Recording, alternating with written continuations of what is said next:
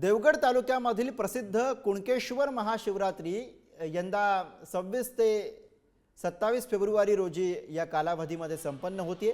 यात्रेच्या निमित्ताने श्री देव कुणकेश्वराच्या भेटीसाठी 9 प्रमुख देवस्वाऱ्या आपल्या पारंपरिक मार्गाने कुणकेश्वरमध्ये येत आहेत। पालकमंत्री नितेश राणे यांच्या हस्ते पहिली पूजा पहाटे 1 वाजता होईल आणि त्यानंतर दर्शन भक्तांसाठी खुलं होणार आहे। तसंच उपमुख्यमंत्री एकनाथ शिंदे हे सुद्धा उद्या सकाळी 12 वाजता दर्शनासाठी देवगड कुणकेश्वर या ठिकाणी येणार आहेत। राजकीय नेते म्हणजे आता आमचे पालकमंत्री त्यांच्या हस्ते पूजा होणारच आहे। त्याच्यानंतर आमचे सांगितल्याप्रमाणे त्याच्यानंतर राजकीय नेते म्हणजे आपले खासदार सन्माननीय नारायणराव राणे साहेब येणार आहेत, निलेशराव राणे साहेब येणार आहेत। त्याच्यानंतर आत्ताच आम्हाला बातमी आली की आमचे उपमुख्यमंत्री एकनाथजी शिंदे हे सुद्धा उद्या 11 वाजता येणार आहेत।